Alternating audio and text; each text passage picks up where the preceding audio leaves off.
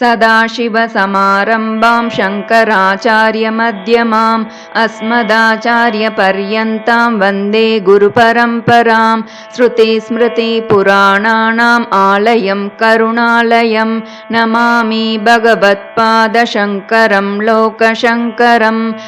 मूकपञ्चशती पादारविन्दशतकम्। महिम्नः पन्तानं मदनपरिपन्ति प्रणयिने प्रभुर्निर्णेतुं ते भवति यतमानोऽपि कथमः। तथापि श्रीकाञ्ची विहृतिरसिके कोऽपि मनसः विपाकस्त्वत्पाद स्तुतिविदिषु जल्पा कयति मां। गलग्राही पौरन्दरपुरवणि पल्लवरुचां धृतप्रातं यानाम् अरुणमहसाम् आदिमगुरुः। समिन्दे बन्दूक स्तबकसहयुद्ध्वा दिशि दिशि प्रसर्पन् कामाक्ष्याः चरणकिरणानाम् अरुणिमा। मराळीनां यानाभ्यसनकलना मूलगुरवे दरिद्राणां त्राण व्यतिकरसुरो ध्यानतरवे। तमस्काण्डप्रौढी प्रकटनतिरस्कारपटवे जनोऽयं कामाक्ष्याः चरणनलिनाय स्पृहयते। वहन्ति सैन्दूरीं सरणिमवनम्र अमरपुरी पुरन्द्री सीमन्ते कविकमलबालार्क सुषमा। त्रयी सीमन्तिन्याः स्तनतटनिचोलारुणपटी विभान्ति कामाक्ष्याः पदनलिनकान्तिर्विजयते। प्रणम्री भूतस्य प्रणयकलहत्रस्तमनसः स्मरारातेश्चूडावियति गृहमेदी हिमकरः। ययोः सान्ध्यां कान्तिं वहति सुषमाभिश्चरणयोः तयोर्मे कामाक्ष्या हृदयमपतन्द्रं विहरताम्। ययोः पीठायन्ते विबुधमुकुटीनां पटलिका ययोः सौदायन्ते स्वयमुदयबाजो बणितयः। ययोः दासायन्ते सरसिजब वाद्याश्चरणयोः तयोर्मे कामाक्ष्या दिनमनुवरी वर्तु हृदयम्। नयन्ति संकोचं सरसिजरुचं दिक्परिसरे सृजन्ति लौहित्यं नखकिरणचन्द्रार्ध खचिता कवीन्द्राणां हृत्कैरव विकसनोद्योगजननी स्फुरन्ति कामाक्ष्याः चरणरुचिसन्ध्या विजयते। विरावैर्माञ्जीरैः किमपि कथयन्तीव मधुरं पुरस्तादानम्रे पुरविजयिनी स्मेरवदने। वयस्येव प्रौढा शिथिलयति या प्रेमकलह प्ररोहं कामाक्ष्याः चरणयुगली सा विजयते। सुपर्वस्त्रीलोलालक परिचितं षट्पदकुलैः स्फुरल्लाक्षारागं तरुणतरणी ज्योतिररुणैः भृतं कान्त्यम्बोभिः विसृमरमरन्दैः सरसिजैः विदत्ते कामाक्ष्याः चरणयुगलं बन्धुपदवीं रजः संसर्गेऽपि स्थितमरजसामेव हृदये परं रक्तत्वेन स्थितमपि विरक्तैक शरणम् अलभ्यं मन्दानां दददपि सदा मन्दगतितां विदत्ते कामाक्ष्याः चरणयुगमाश्चर्य लहरीं जटालामाञ्जीर स्फुरदरुणरत्नांशुनिकरैः निषीदन्ति मध्ये नखरुचिजरी गाङ्गपयसां जगत्त्राणं कर्तुं जननि मम कामाक्षि नियतं तपश्चर्यां दत्ते तव चरणपातोज युगली तुलाकोटिद्वन्द्व क्वणितबणिता भीतिवचसः विनम्रं कामाक्षी विसृमरमहः पाटलितयोः क्षणं विन्यासेन क्षपिततमसोर्मे ललितयोः पुनीयान्मूर्धानं पुरहरपुरन्द्री चरणयोः भवानि द्रुह्येतां भवनि बिडितेभ्यो मम मुहुः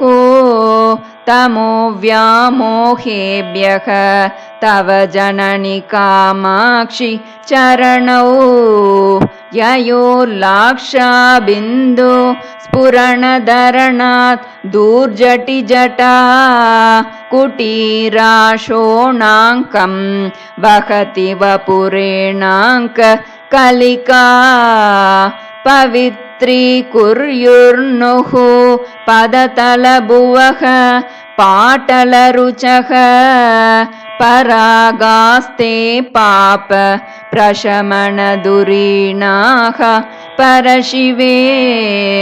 कणं लब्धुं येषां निजशिरसि कामाक्षि विवशा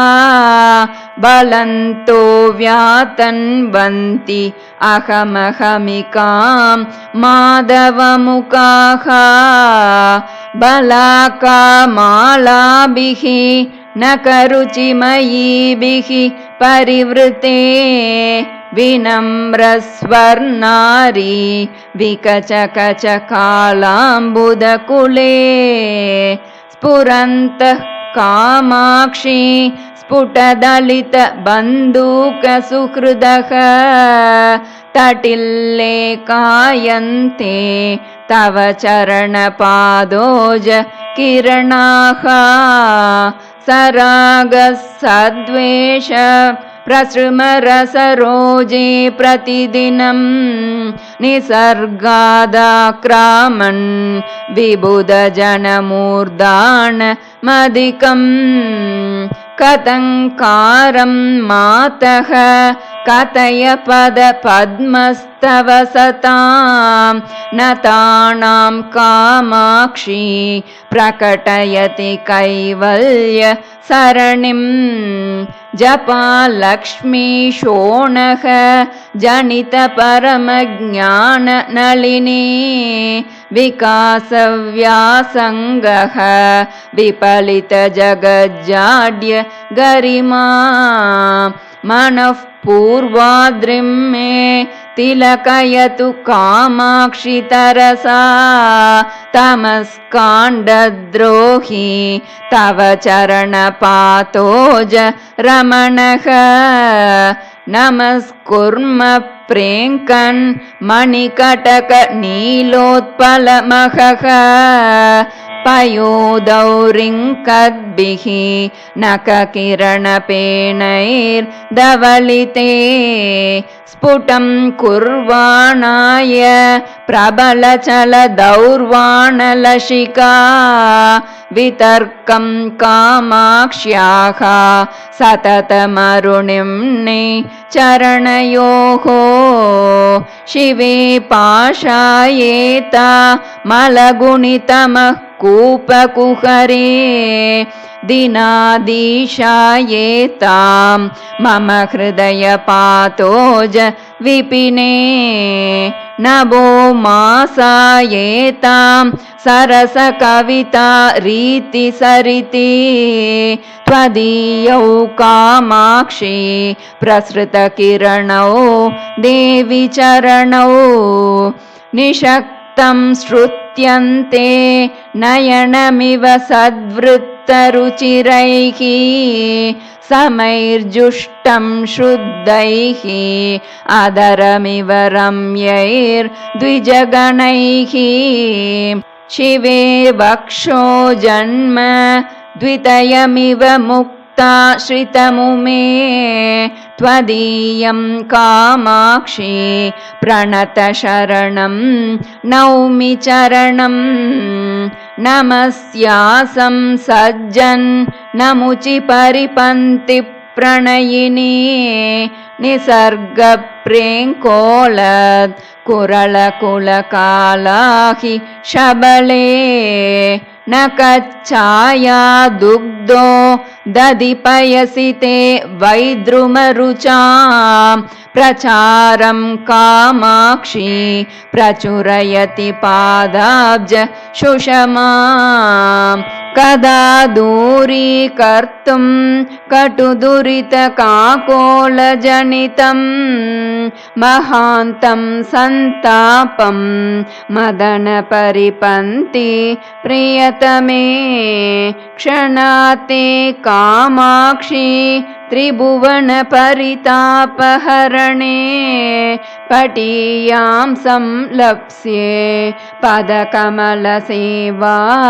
मृतरसं ययो सान्द्यं रोचिः सततमरुणिम्ने स्पृहयते ययोश्चान्द्रीकान्तिः परिपतति दृष्ट्वा न करुचिं ययोः पाकोद्रेकं पिपटिषति भक्त्या किसलयं मृदिम्नः कामाक्ष्या मनसि चरणौ तौ तणुमहे जगन्नेदं नेदं परमिति परित्यज्य यतिभिः कुशाग्रीयस्वान्तैः कुशलदिशनैः शास्त्रसरणौ गवेष्यं कामाक्षि ध्रुवमकृतकाणां गिरिसुते गिरामैदं पर्यं तव चरणपद्मं विजयते कृतस्नानं शास्त्रम् अमृतसरसि कामाक्षि नितरां ददानं वैषद्यं कलितरसमानन्द सुदया अलङ्कारं भूमेः मुनिजनमनश्चिन्मयमः पयोदेहे अन्तस्तं तव चरणरत्नं मृगयते मनोगेहे मोहोद्भवति मिरपूर्णे मम मुहुः दरिद्राणि कुर्वन् दिनकरसहस्राणि किरणैः विदत् तां कामाक्षी प्रसृमरतमो वञ्चनचनः क्षणार्धं सान्निध्यं चरणमणिदीपो जननि ते कवीनां चेतोवन्नकररुचि सम्पर्कि विबुध स्रवन्ति स्रोतोवत् पटुमुखरितं हंसकरवैः दिनारम्भ श्रीवन्नियतमरुणच्छायसुभगं मदन्तः कामाक्ष्याः स्फुरतु पदपङ्केरुहयुगं सदा किं सम्पर्कात् प्रकृतिकठिनैर्नाकिमुकुटैः तटैर्निहाराद्रेः अधिकमणुना योगिमनसा विबिन्ते सम्मोहं शिशिरयति भक्तानपि दृशा अदृश्यं कामाक्षी प्रकटयति ते पादयुगलम् पवित्राभ्यामम्ब प्रकृतिमृदुलाभ्यां तव शिवे पदाभ्यां कामाक्षी प्रसभमभिभूतैः सचकितैः प्रवालैरम्बोजैः अपि च वनवासव्रतदशाः सदैवारभ्यन्ते परिचरितनाना द्विजगणैः चिरादृश्या हंसैः कथमपि सदा हंससुलभं निरस्यन्ति जाड्यं नियतजडमध्यैक शरणम् अदोषव्यासङ्गा सततमपि दोषाप्तिमलिनं पयोजं कामाक्ष्याः परिहसति पादाब्ज युगली सुराणाम् आनन्द प्रबलनतया मण्डनतया न केन्दुज्योत्स्नाभिः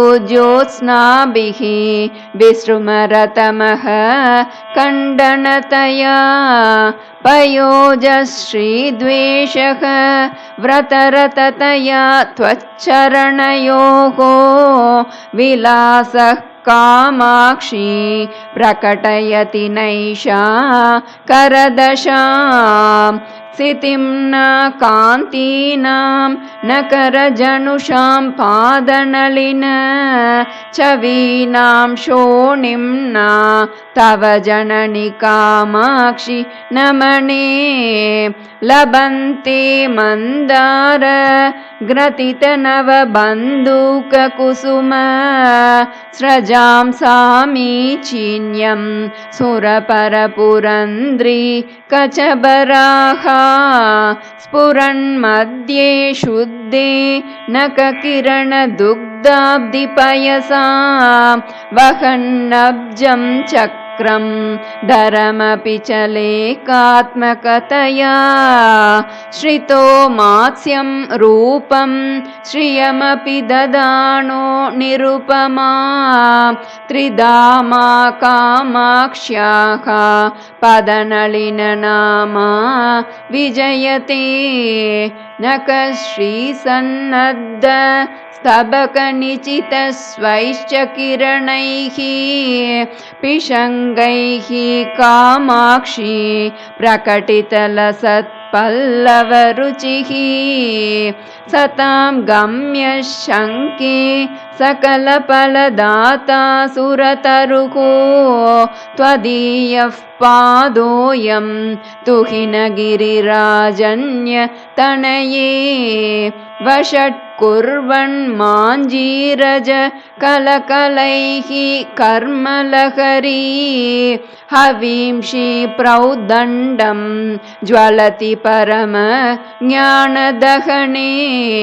महीयान् कामाक्षी स्फुटमहसि जोहोति सुधिया मनोवेद्यां मातः तव चरणयज्वा गिरिसुते महामन्त्रं किञ्चिन् मणिकटकनादैर्मृदुजपन् क्षिपन् दिक्षु स्वच्छं नखरुचिमयं भास्मणरजः नतानां कामाक्षी प्रकृतिपटुरुच्चाट्य ममता पिशाचीं पादोऽयं प्रकटयति ते मान्त्रिकदशाम् उदीते बोधेन्दौ तमसि नितरां जग्मुषि दशां दरिद्रां कामाक्षी प्रकटमनुरागं विदधति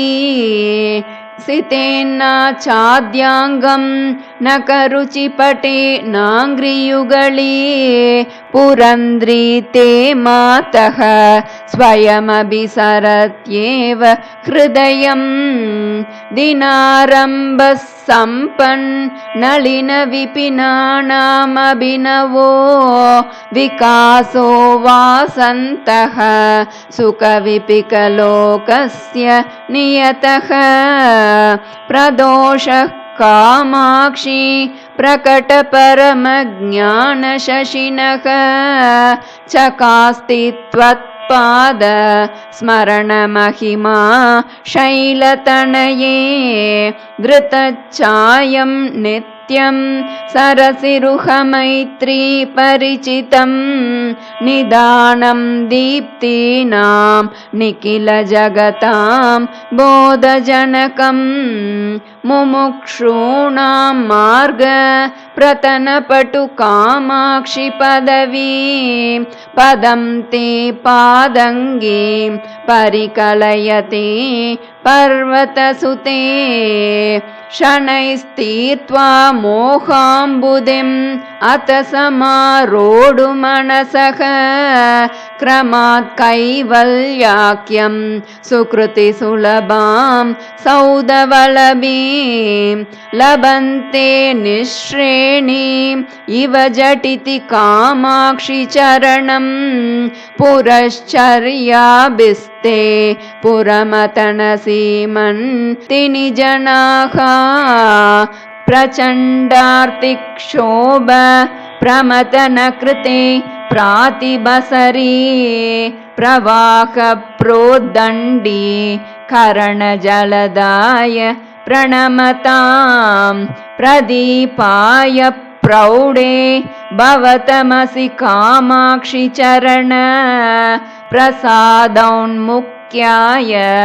स्पृहयति जनोऽयं जननि ते मरुद्भिः संसेव्या सततमपि चाञ्चल्यरहिता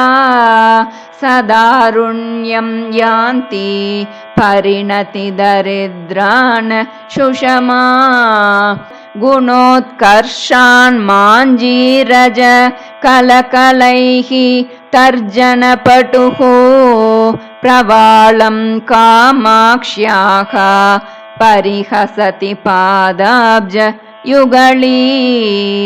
जगद्रक्षा दक्षा जलजरुचि शिक्षा पटुतरा सुरैर्नम्या रम्या सततमभिगम्या बुधजनैः द्वयी लीला लोला श्रुतिषु सुरपालादिमुकुटी तटी सीमादामा तव जननि कामाक्षि पदयोः गिरां दूरौ चोरौ जडिमतिमिराणां कृतजगत् परित्राणौ शोणौ मुनिहृदयलीलैक निपुणौ नके स्मेरौ सारौ निगमवचसां खण्डितभव ग्रहोन्मादौ पादौ तव जननि कामाक्षि कलये अविश्रान्तं पङ्कं यदपि कलयन् यावकमयं निरस्यन् कामाक्षी प्रणमनजुषां पङ्कमखिलं तुलाकोटिद्वन्द्वं दददपि च गच्छन्नतुलतां गिरां मार्गं पादः गिरिवरसुते लङ्घयति ते प्रवालं सव्रीलं विपिनविवरे वेपयति या स्फुरल्लीलं बालातपम् अधिकबालं वदति या रुचिं सान्द्यां वन्द्यां विरचयति या वर्धयतु सा शिवं मे कामाक्ष्याः पदनलिनपाटल्य लहरी किरञ्ज्योत्स्नारीतिं नकमुकरुचा हंसमनसां वितन्वाणः प्रीतिं विकचतरुणां बोरुहरुचिः प्रकाशश्रीपादः तव जननि कामाक्षि तनुते शरत्कालप्रौढिं शशिशकलचूड प्रियतमे नकाङ्कूरस्मेर द्युतिविमलगङ्गाम्बसि सुखं कृतस्नानं ज्ञानामृतम् अमलमास्वाद्य नियतम् उदञ्चन्मञ्जीर स्फुरणमणिदीपे मम मनः मनोज्ञे कामाक्ष्याः चरणमणिहर्म्ये विहरतां भवाम्बोधौ नौकां जडिमविपिने पावकशिखा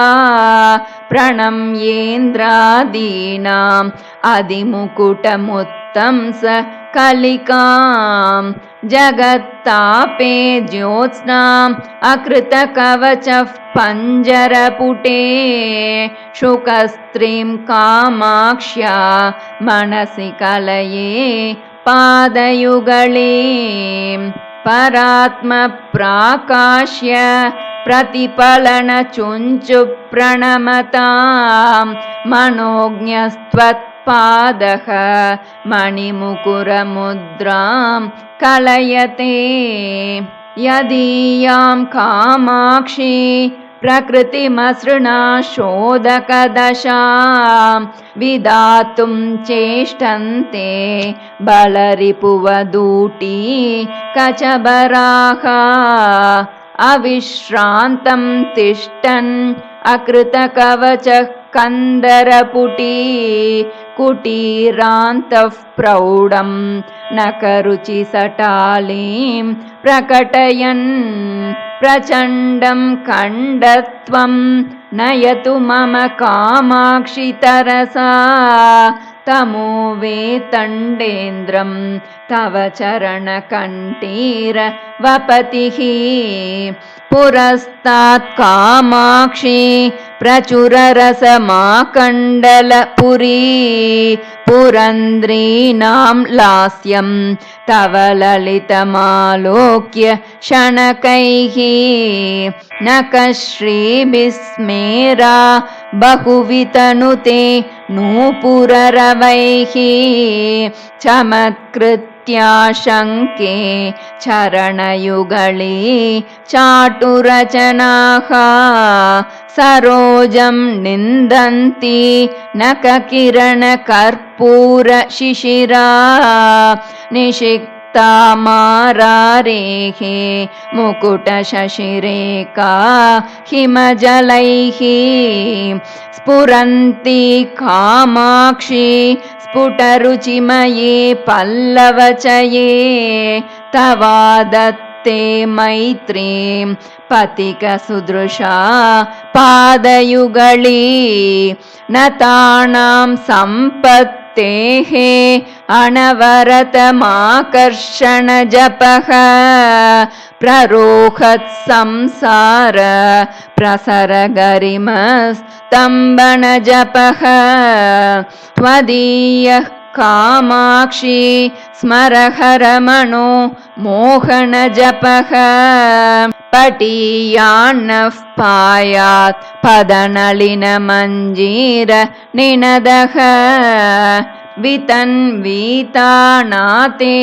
मम शिरसि कामाक्षि कृपया पदाम्बोजन्यासं पशुपरिबृढ प्राणदयिते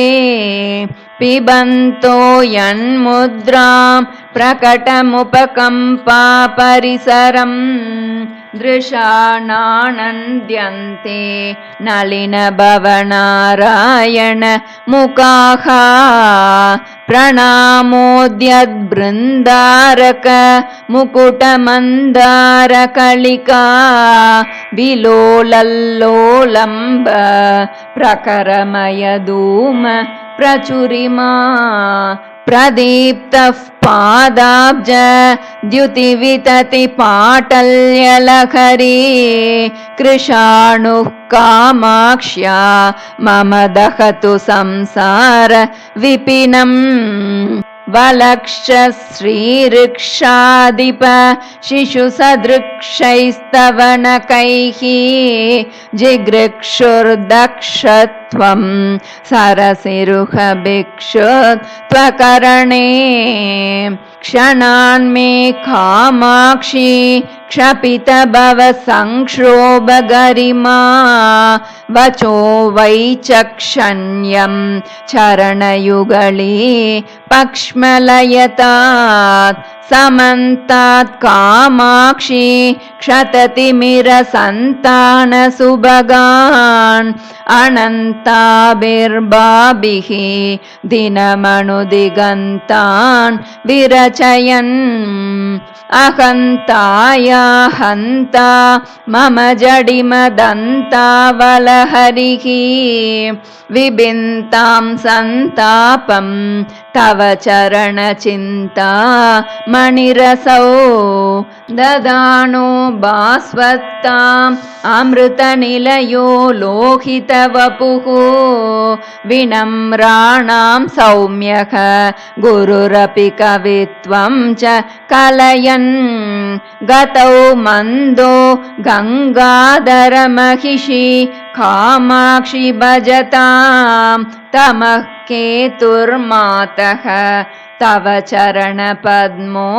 विजयते नयन्तीं दासत्वं नलिनभवमुख्यान् असुलभ प्रदानादीनानान् अमरतरुदौर्भाग्य जननीं जगज्जन्मक्षेम क्षयविदिषु कामाक्षि पदयोः दुरीणामीष्टे कः तव बणितुमाहो पुरुषिकां जनोऽयं सन्तप्तः जननि भव चण्डांशु किरणैः अलब्धैकं शीतं कणमपि परज्ञान पयसः तमो मार्गे पान्तः तव झटिति कामाक्षि शिशिरां पदाम्बोजच्छायां परमशिवजाये मृगयते जयत्यम्ब श्रीमन्नखकिरणचीनां शुकमयं वितानं बिभ्राणे सुरमुकुटसङ्घट्टम शृणे निजारुण्यक्षौमाः तरणवति कामाक्षि सुलभा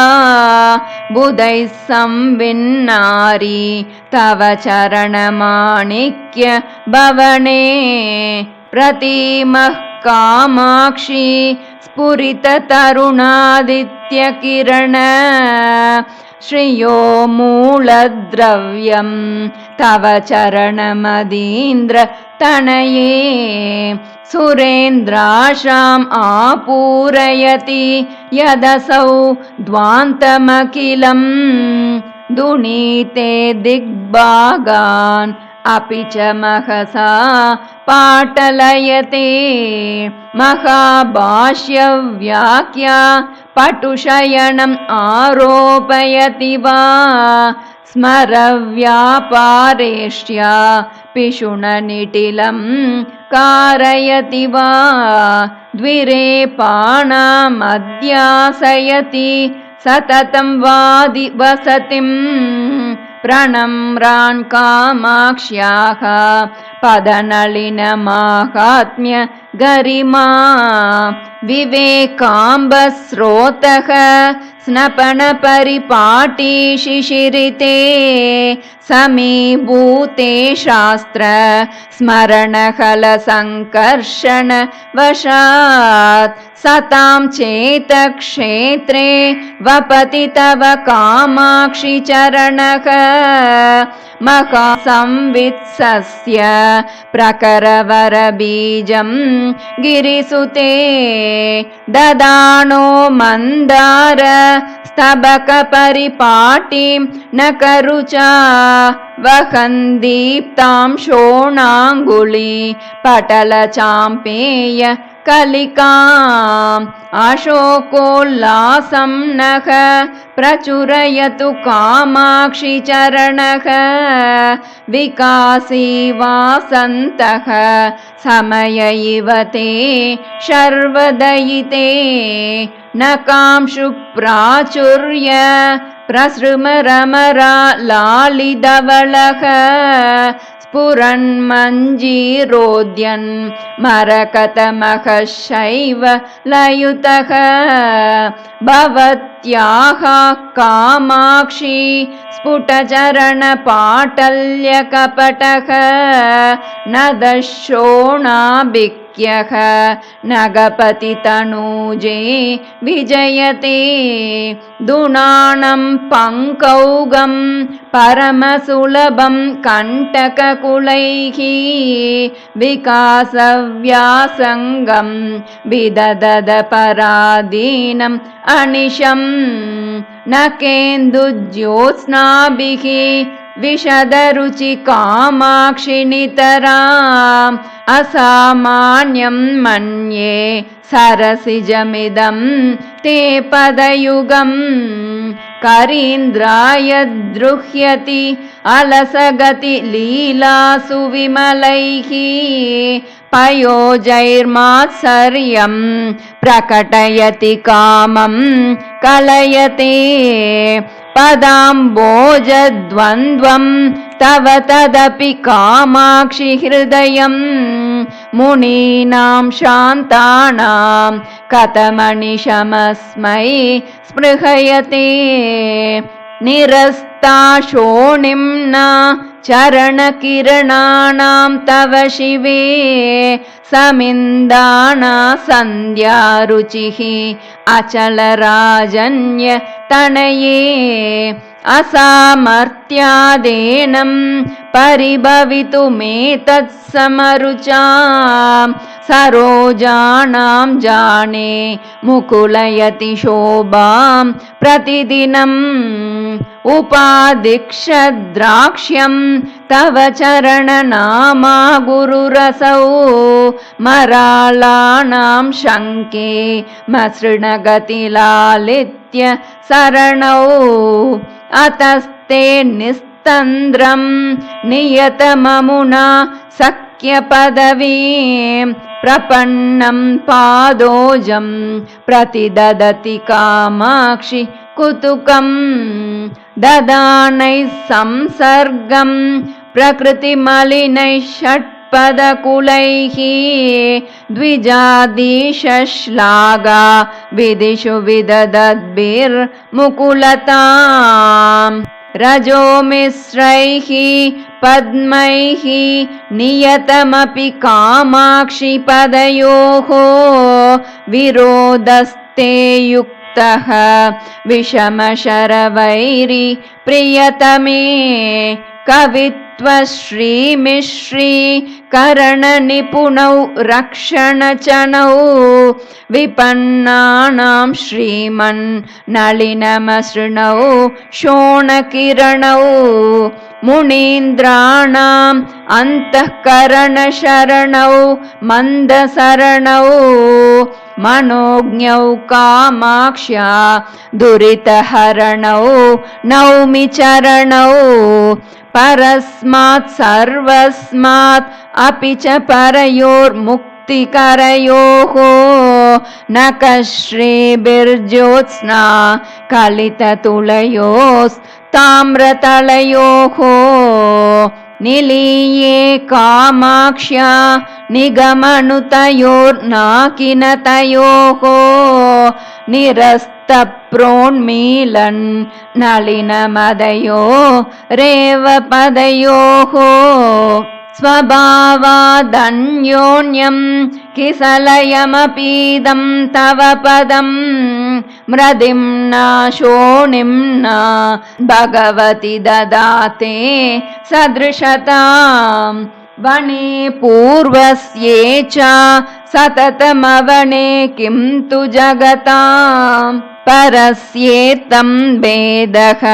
स्फुरति हृदि कामाक्षि सुधियां कथं वाचालोऽपि प्रकटमणिमञ्जीर निनदैः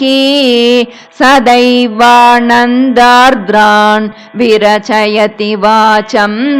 यमजनान् प्रकृत्या तेषोण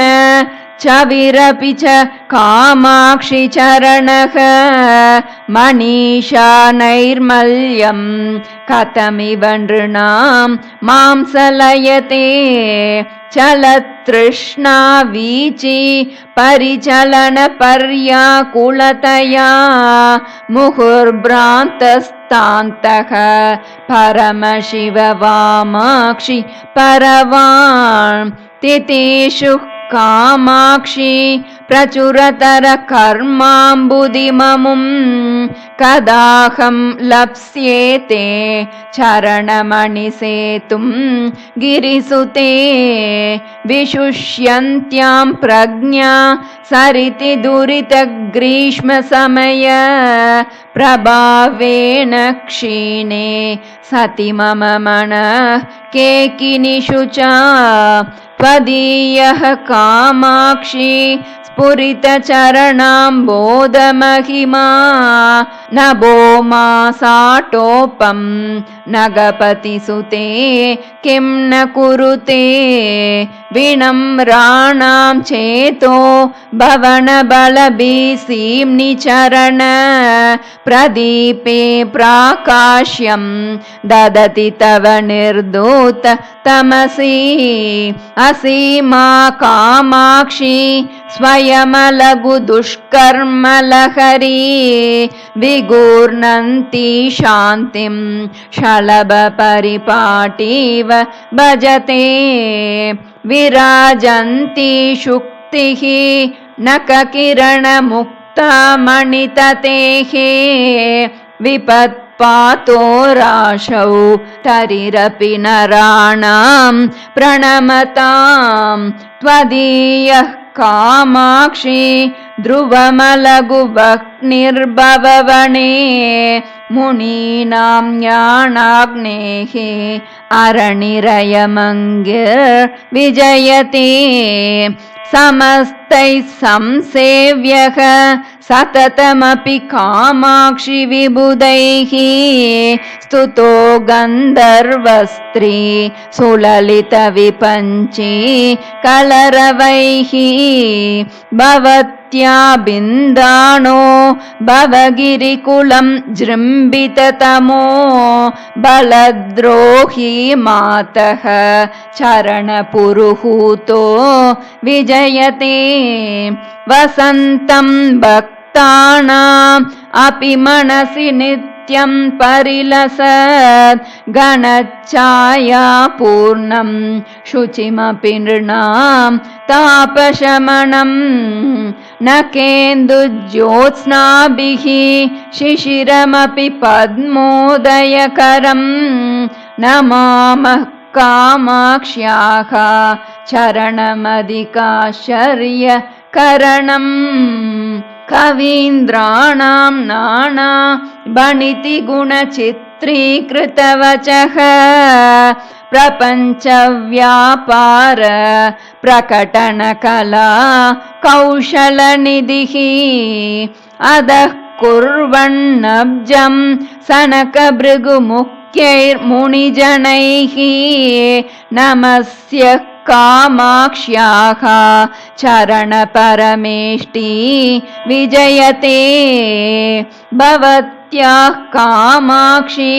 स्फुरितपदपङ्केरुहभुवां परागाणां पूरैः परिहृतकलङ्कव्यतिकरैः नतानामामृष्टे हृदयमुकुरे निर्मलरुचि प्रसन्ने निःशेषं प्रतिफलति विश्वं गिरिसुते तव त्रस्तं पादात् किसलयमरण्यान्तरमगात् परं रेखारूपं कमलममुमेवाश्रितमभूत् जितानां कामाक्षी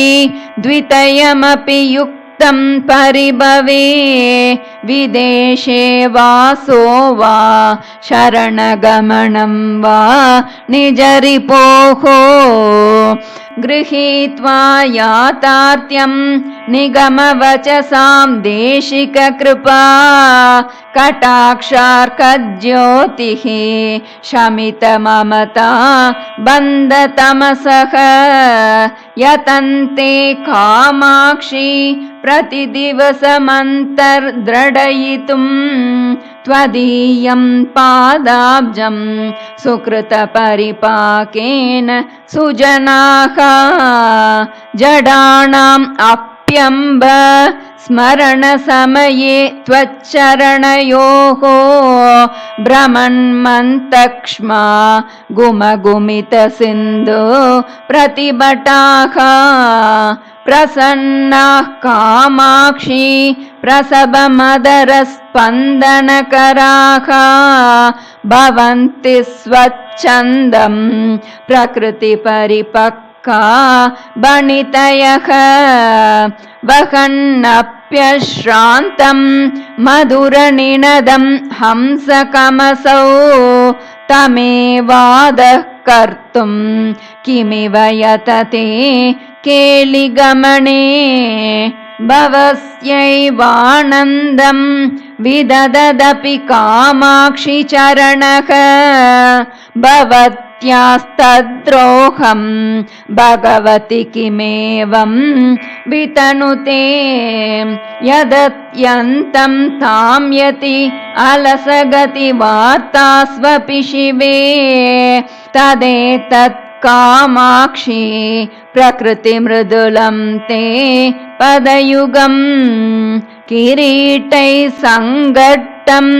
कथमिव सुरौघस्य सहते मुनीन्द्राणामास्ते मनसि च कथं सूचिनिशिते मनोरङ्गे मत्के विबुधजनसम्मोदजननी सरागव्यासङ्गं सरसमृदुसञ्चार सुभगा मनोज्ञा कामाक्षी प्रकटयतु लास्यप्रकरणं रणन्मञ्जीराते चरणयुगले नर्तकवधूः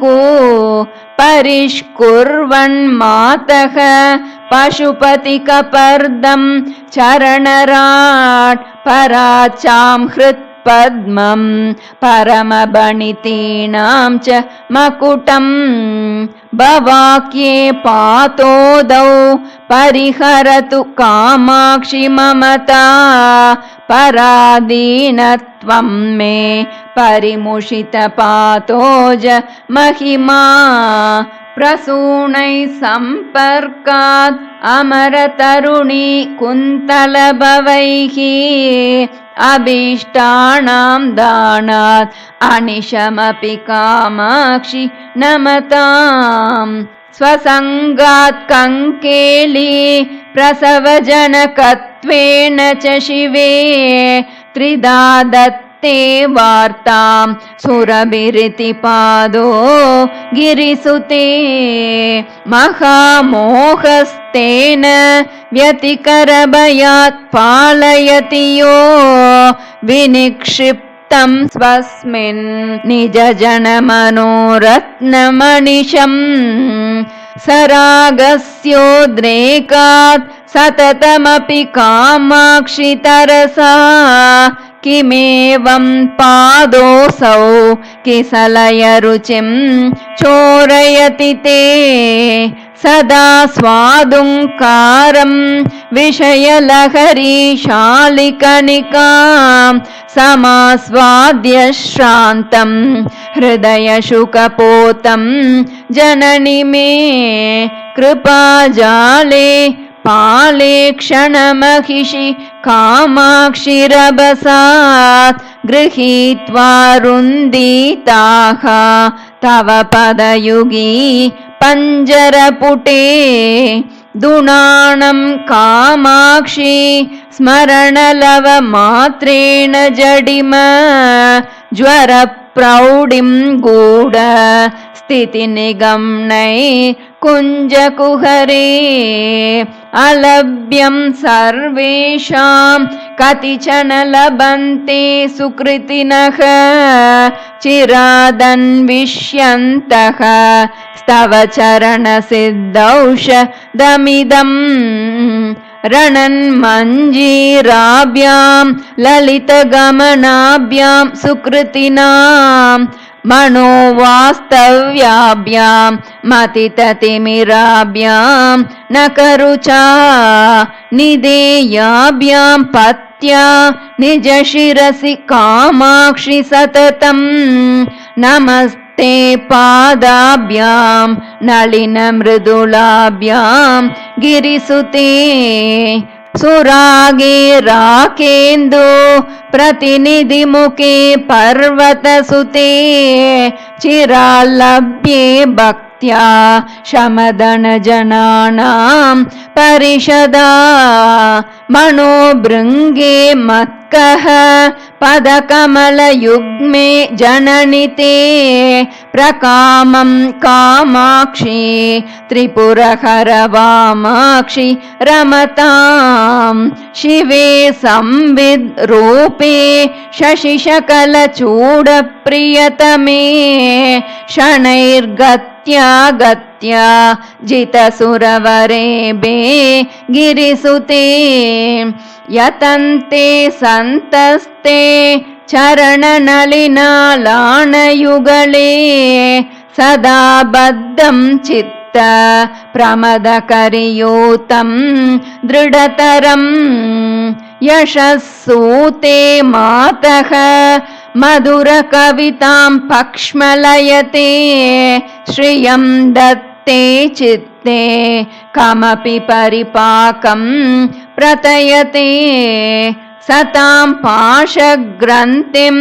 शिथिलयति किं किं न कुरुते प्रपन्ने कामाक्ष्याः प्रणति परिपाटी चरणयोः मनीषां माहेन्द्रीं ककुभमिव ते कामपि दशां प्रदत्ते कामाक्ष्याः चरणतरुणा